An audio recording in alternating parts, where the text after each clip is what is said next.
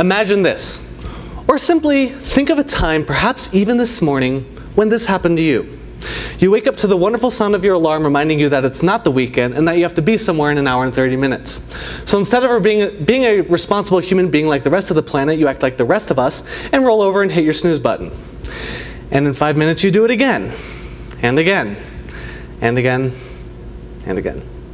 And suddenly that hour you had to get ready has slowly decayed into 30 minutes, so you throw yourself out of bed and you mope around your house, and at one point you think to yourself, I should have gotten more sleep last night. Now, most of my class were unsatisfied with the amount of sleep they actually got. Only 2 people didn't wish that they could get more sleep. And everyone here loves sleep, but we don't get enough of it.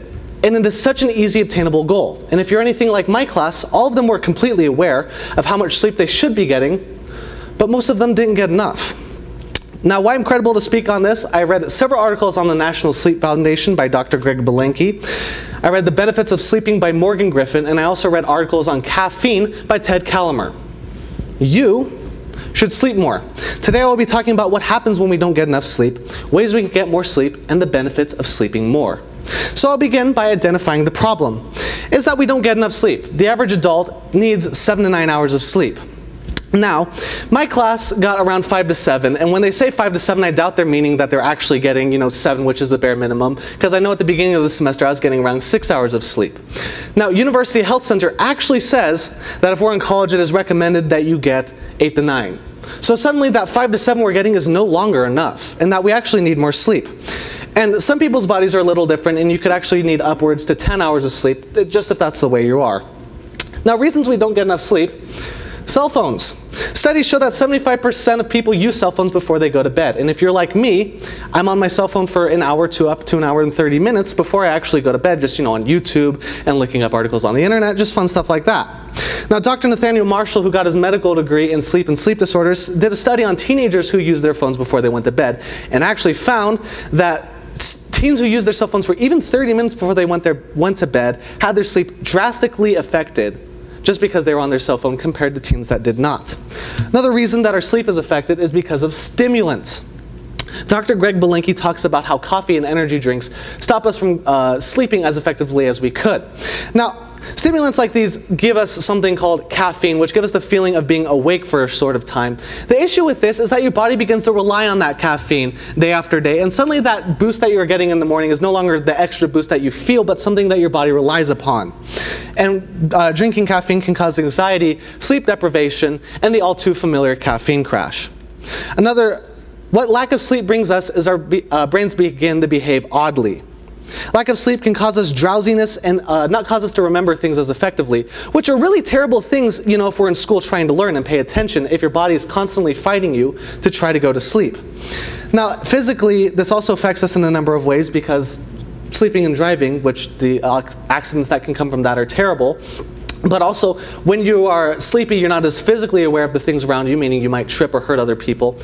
Also, Dr. Ann talks about how our body's defenses are lower, like our immune system, and can cause way for heart diseases and like colds and things like that, because your immune system doesn't get the rest that it needs. Also, there's a social aspect of this. If you don't get enough sleep, your communication with others is affected. You are not mentally present to communicate with other people, which is an issue with loved ones, because you won't communicate the things that you want to, and you won't be mentally ready to talk to people. Now that I've talked to you about why this is an issue and what happens when we don't get enough sleep, let's look at ways that we can solve this problem. You can get better sleep if you limit your cell phone usage before you go to bed.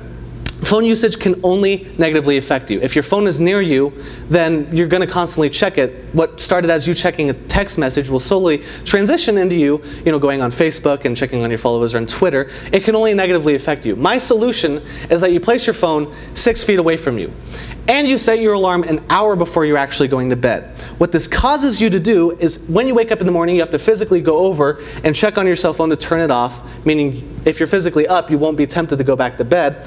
Also, if you're not looking at your phone, Gabe Edwards talks about how it won't be able to stimulate your brain, making it easier for you to fall into deep sleep patterns, making you more rested.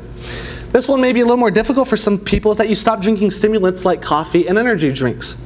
Caffeine works the first few times, but it only begins to negatively affect your body when you rely on it. Now I know some people wake up and they go, oh, I need my Frappuccino to get my day started. And that's good and all, but like, you don't need to drink coffee. You shouldn't have to rely on it. You can drink coffee if you enjoy it. I'm not saying completely cut caffeine from your diet, but I'm saying if you want to drink coffee, don't rely on it. Drink it because you're meeting with a friend, not because you're waking up. Another thing you can do is you can take naps. This is a really easy one because you just sleep somewhere.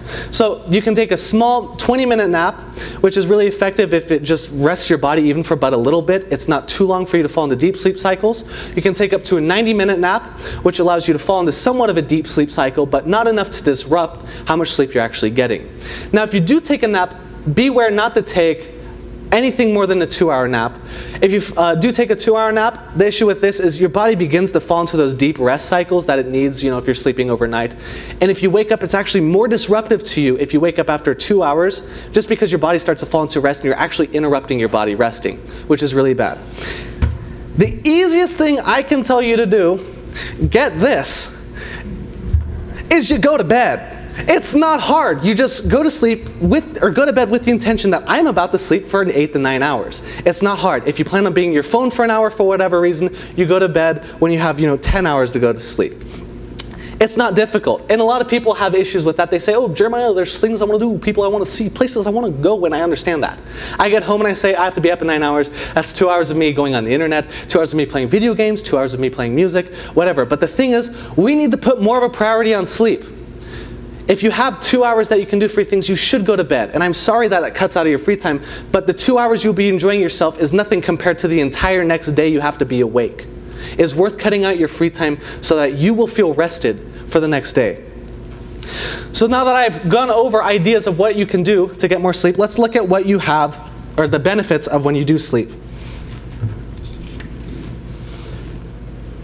Without sleep, you have a mental drowsiness. There's a lack of motivation. There's a lack of concentration, and you have a low attention span. These are terrible things if you're going to school like most of us are, because you need to be mentally present in class so you can pay attention. If you're constantly fighting to stay awake, it's not healthy for you. Physically, there are chances for accidents. While your body is constantly challenging you to sleep, it may bring inattentiveness, which may bring pain to you and others.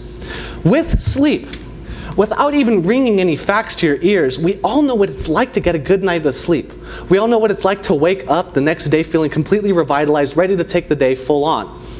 But, because I'm giving a speech, I'll give you some facts. Morgan Griffin talks about how it brings us better health, how there's less risk for heart diseases, that your immune system will be stronger, less risk for diabetes, even cancer. You'll be less cranky, you'll be able to communicate with loved ones better because you'll be more mentally present, and you'll have improved memory. So as I near the end of my speech, I'd like to nap things up. Don't laugh at that. You should sleep more, and you should not only sleep more, but you should sleep better.